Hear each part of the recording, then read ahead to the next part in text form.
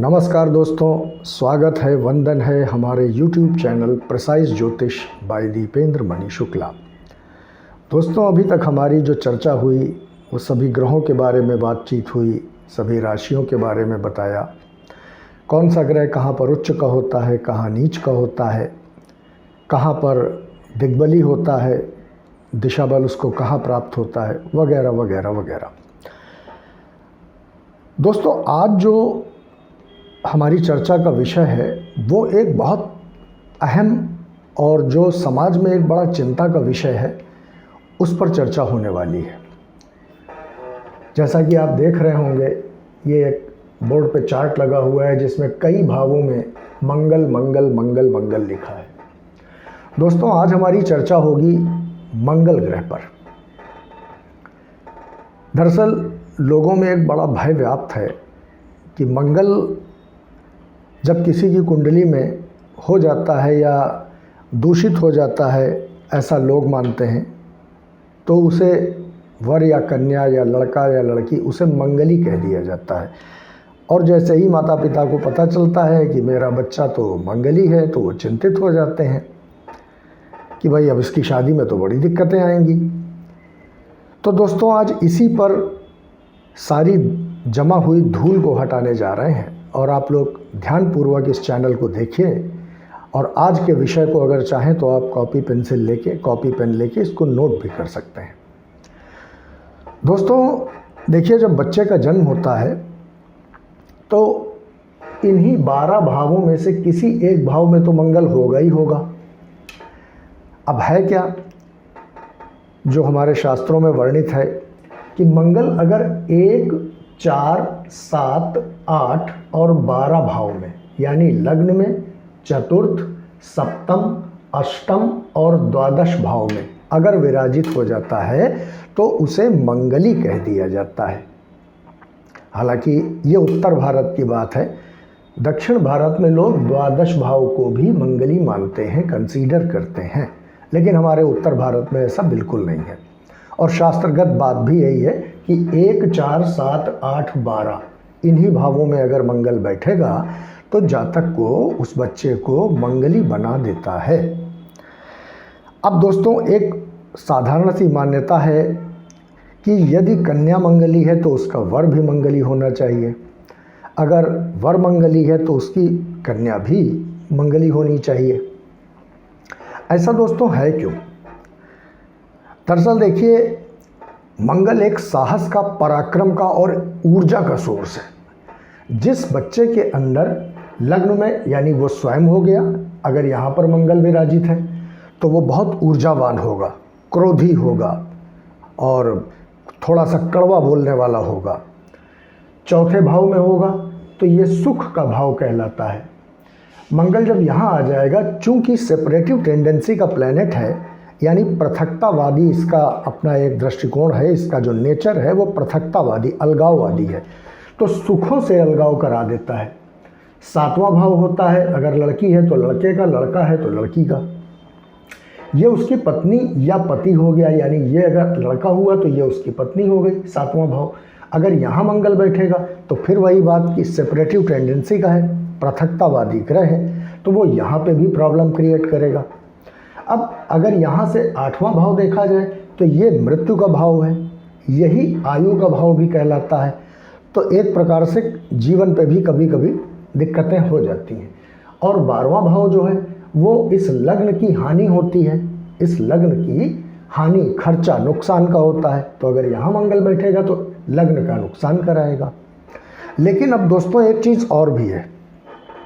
ऐसा कहते क्यों है कि मंगल वाली लड़की को मंगल वाला लड़का चाहिए, अगर लड़का मंगली है तो लड़की भी मंगली होनी चाहिए? तो उसका दोस्तों मूल सिद्धांत ये है कि जैसे जब कुश्ती होती है ना, चाहे वो फ्री स्टाइल हो, चाहे वो कैसा भी दंगल हो या ओलंपिक्स में गेम हो किसी प्रकार के, तो उसमें होता ना 55 किलो भार वर्ग, यानी 55 किलो का पहलवान 55 किलो के पहलवान से ही लड़ेगा।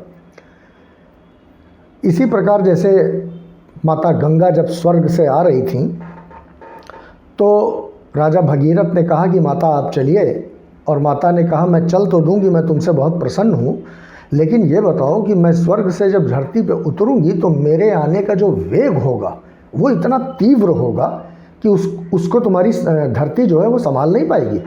हमारे वेग से, यानी जिस वेग से मैं धरती पर गिरूंगी उस वेग से तुम्हारी धरती जो है पाताल में चली जाएगी। तो उस वेग को कौन संभालेगा? तब भगीरथ शिव के पास गए और शिव जी से प्रार्थना की और शिव तैयार हुए। तब वो धरती पर अपने पाँवों को जमा कर खड़े हुए और अपनी जटाओं को खोला, और माता गंगा जब अवतरित हुई तो शिव ने उनको धरती पर गिरने से पहले ही अपनी जटाओं में समेट लिया, और उसके बाद एक पतली सी धार बना के हमारी धरती पे उन्होंने छोड़ा। तो ये कथा सुनाने का मतलब ये था कि जिसका जितना वेग होगा, जितना जिसका ताप होगा, उसको संभालने वाला भी तो उतना ही चाहिए। यानी अगर मंगली लड़का है तो उसके अंदर जितनी ऊर्जा है, जितना क्रोध है, जितना साहस है, जितना पराक्रम है, उसको संभालने वाली उसकी जो जीवन की सहचरी होगी वो भी तो उसी पराक्रम की होनी चाहिए। अगर हमें किसी बड़े पहलवान से, सपोज दारा सिंह से किसी को लड़ाना है तो दारा सिंह के टक्कर वाला होना चाहिए ना। अब कोई दुबला पतला आदमी कृशकाय शरीर वाला दारा सिंह से भिड़ेगा तो उसकी क्या दशा होगी। ठीक इसीलिए मंगली लड़के को मंगली लड़की से शादी करने की सलाह दी जाती है। लेकिन दोस्तों यहाँ पर एक बहुत बड़ा मिथक भी है। मिथक ये है कि इसके बहुत से परिहार भी होते हैं। परिहार का मतलब काट भी होती हैं। और जब ये, वैसे तो आप जान लीजिए 60 से 70% बच्चे जो हैं वो मंगली ही होते हैं। जो पैदा होते हैं उनमें 60 से 70% बच्चे मंगली होते हैं। अब इसकी बहुत सी काट भी होती हैं। लोग डर जाते हैं कि अरे मेरा बच्चा मंगली है, अब इसकी शादी कैसे होगी, ये है वो है। अब मान लीजिए जैसे एक मोटे तौर पर कहा जाए कि अच्छा, चिंता का उनकी कोई फजूल विषय भी नहीं है, वो चिंतित होते हैं तो उसका एक लॉजिक भी है। भाई देखिए, मंगल जब 1, 4, 7, 8, 12 में बैठता है तो कभी कभी क्या होता है कि विवाह में रोड़े आ जाते हैं, शादी देर से होती है, शादी के बाद जीवन सुचारू नहीं चलता है, झगड़े झंझट होते हैं, कलह कलेश का वातावरण बना रहता है, एक्सीडेंट्स हो जाते हैं, गर्भधारण में प्रॉब्लम्स होती हैं। कभी कभी अष्टम में बैठा हुआ या द्वादश में बैठा हुआ मंगल जीवन तक पे भी बात आ जाती है। ये बिल्कुल सही बात है। लेकिन इसके किसी विद्वान अगर योग्य ज्योतिषी से अगर इसका परामर्श ले लिया जाए तो उसी कुंडली में तमाम से परिहार भी होते हैं। और इसके साथ ही साथ जब कभी लग्न कुंडली से मिलवाइए तो चंद्र कुंडली से भी मिलवाइए। अगर इन्हीं भावों में 1, 4, 7, 8, 12 अगर इन्हीं भावों में चंद्र कुंडली से, चंद्र कुंडली यानी जहाँ पर चंद्रमा बैठा है वहाँ से, यानी अगर लग्न में बैठा है तो इन भावों में चंद्रमा से भी मंगल 1, 4, 7, 8, 12 भाव में नहीं होना चाहिए। और दोस्तों, अगर लड़का मंगली है और लड़की मंगली नहीं है तो कभी कभी क्या होता है, वैधव्य योग भी बन जाता है। वैधव्य योग दूसरा, कई योग होते हैं लेकिन उनमें प्रमुख जो है वो ये होता है जब 7वें का मालिक जाके दूसरे में विराजित हो जाए, यानी 7वें भाव का मालिक दूसरे भाव में जाके विराजित हो जाए तो वैधव्य योग का निर्माण हो जाता है। और भी तमाम योग होते हैं लेकिन प्रमुख यही होता है। इसलिए मंगली की जांच करा लेना किसी योग्य पंडित से बहुत आवश्यक होता है। अब मान लीजिए किसी का मंगल इन्हीं भावों में बैठा है। अब अगर मान लीजिए ये मंगल यहाँ बैठा है और केंद्र के ही, यानी 1, 4, 7, 10 ये भाव चारों केंद्र के कहलाते हैं। अगर इन्हीं भावों में कोई भी प्रबल पापी ग्रह आके बैठ जाएगा, जैसे शनि बैठ जाए, राहु बैठ जाए, केतु बैठ जाए, तो मंगल दोष नष्ट हो जाता है। अगर कहीं से भी बैठ के उसी मंगल पे, इन्हीं भावों में बैठे हुए मंगल पर अगर देवगुरु बृहस्पति अपनी दृष्टि डाल दें, मान लीजिए देवगुरु बृहस्पति 7 में बैठे हैं तो यहाँ से पूर्ण दृष्टि अपनी लग्न पर डालेंगे तो मंगल दोष का शमन हो जाएगा। क्यों? क्योंकि देवगुरु बृहस्पति जो है उनकी दृष्टियों में अमृत है और वो परिवार को जोड़ने वाले प्लैनेट हैं। इसलिए अब देवगुरु बृहस्पति मान लीजिए यहाँ बैठे हैं तो यहाँ से 5वीं दृष्टि, 1, 2, 3, 4, 5, 5वीं दृष्टि लग्न पे पड़ेगी तो मंगल दोष शमन हो जाता है, उसका नष्ट हो जाता है। और यदि चंद्रमा और शुक्र दोनों दूसरे भाव में बैठे हुए हैं तो भी मंगल दोष का शमन हो जाता है। दोस्तों, राहु अगर मंगल के साथ बैठ जाए या केंद्र में बैठ जाए तो भी मंगल का शमन हो जाता है। मंगल स्वग्रही होकर बैठ जाए, यानी मेष या वृश्चिक राशि में बैठ जाए तो भी मंगल दोष का शमन होता है। उच्च का होके यानी 10 नंबर राशि में अगर बैठ जाए, यहाँ 10 नंबर लिखा हो और उसमें मंगल बैठा हो तो भी मंगल दोष नष्ट हो जाता है। यहाँ अगर 4 नंबर लिखा हो यानी अगर मंगल नीच का हो जाए तो भी मंगल दोष का नष्ट हो जाता है।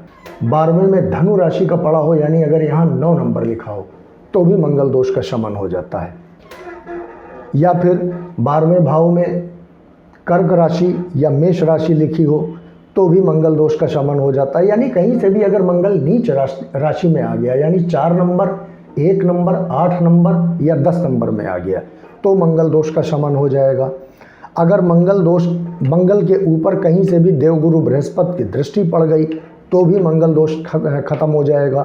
अगर मंगल इन्हीं में से है और केंद्र में राहु, शनि या केतु जैसा कोई पापी ग्रह बैठ गया, क्रूर ग्रह बैठ गया तो भी मंगल दोष खत्म हो जाता है। अब मान लीजिए नहीं ऐसी कोई योग बन रहा, देवगुरु बृहस्पति नहीं देख रहे हैं और ऐसा कोई पापी ग्रह भी नहीं है, उस कंडीशन में कहीं भी शुक्र या गुरु अगर बली स्थिति में बैठे हैं, मान लीजिए देवगुरु बृहस्पति उच्च के हैं तो भी मंगल दोष का शमन हो जाएगा।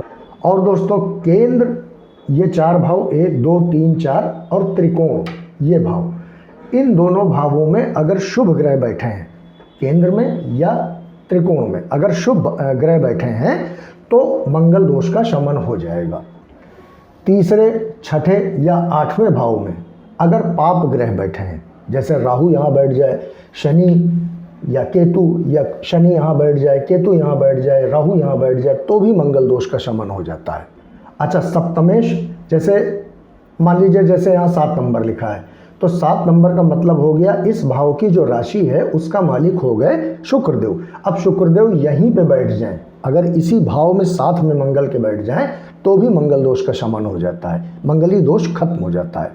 अब मान लीजिए लड़की की कुंडली में इन्हीं भाव में से कहीं पे मंगल है और दूसरे की कुंडली में यानी लड़के की कुंडली में इन्हीं भाव में से कहीं कोई पाप ग्रह यानी शनि, राहु, केतु में से कोई ग्रह बैठ जाए तो भी लड़की की कुंडली का मंगल दोष नहीं माना जाएगा, फिर वो बराबर हो गया, इक्वल हो गया।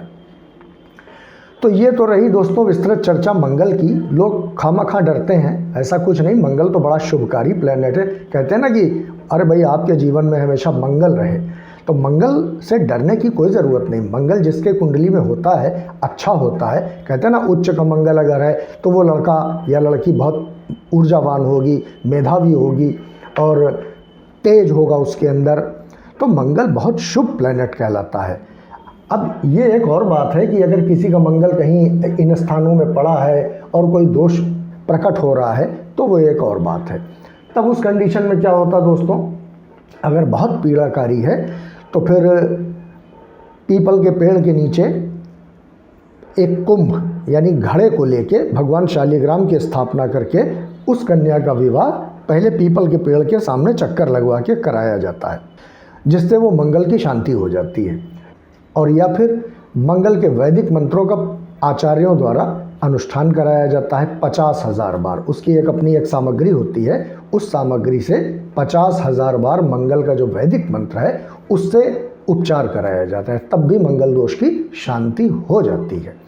लेकिन दोस्तों कुल मिला के मोटी बात यह है कि मंगल आपकी कुंडली में मंगल करने आता है, ना कि आपका नुकसान करने। हाँ, ये ज़रूर है कि जब भी आप शादी करें तो भाई किसी अच्छे योग्य आचार्य से अपनी कुंडली का मिलान ज़रूर कराएं। अगर एक की कुंडली में इन्हीं भावों में से मंगल है और दूसरे की कुंडली में नहीं है तो ज़रूर दिखवा लें पंडित जी से कि भाई इसका कहीं परिहार हो रहा है क्या, कहीं मंगल किसी योग से, दृष्टि से नष्ट हो रहा है। अगर हो रहा है तो निशा खातिर होके, निष्कंटक होके आप अपने बच्चों का विवाह कीजिए। बच्चों का विवाह बहुत सुरक्षित रहेगा, बहुत अच्छा रहेगा। तो दोस्तों ये एक विस्तृत चर्चा थी। अगर आप चाहें तो इसको कॉपी पेन लेके नोट कर लें। मंगल जब 1, 4, 7, 8 या 12 भाव में होगा तो वो मंगली दोष कहलाएगा। उसको आप लोग आचार्य से, किसी अच्छे ज्योतिषी से, योग्य विद्वान से, पंडित जी द्वारा इसका मिलान करा लें और बिल्कुल भी ना घबराएं। मंगल आपके जीवन में मंगल करने ही आता है। तो दोस्तों उम्मीद है कि आज का विषय आपको अच्छा लगा होगा। हमारे चैनल को यूं ही देखते रहें, सीखते रहें ज्योतिष को। कोई भी आपके प्रश्न हो तो कमेंट बॉक्स में जाकर हमसे पूछ सकते हैं। हमारे चैनल को सब्सक्राइब कीजिए, लाइक करिए, शेयर करिए। आपके भीतर बैठे हुए परमात्मा को वंदन करते हैं, नमन करते हैं। आप सब खुश रहें, ऊर्जावान रहें, संपूर्ण जीवन आपका मंगलकारी हो, यही ईश्वर से कामना है। तब तक के लिए जय हिंद, जय भारत, जय गणेश।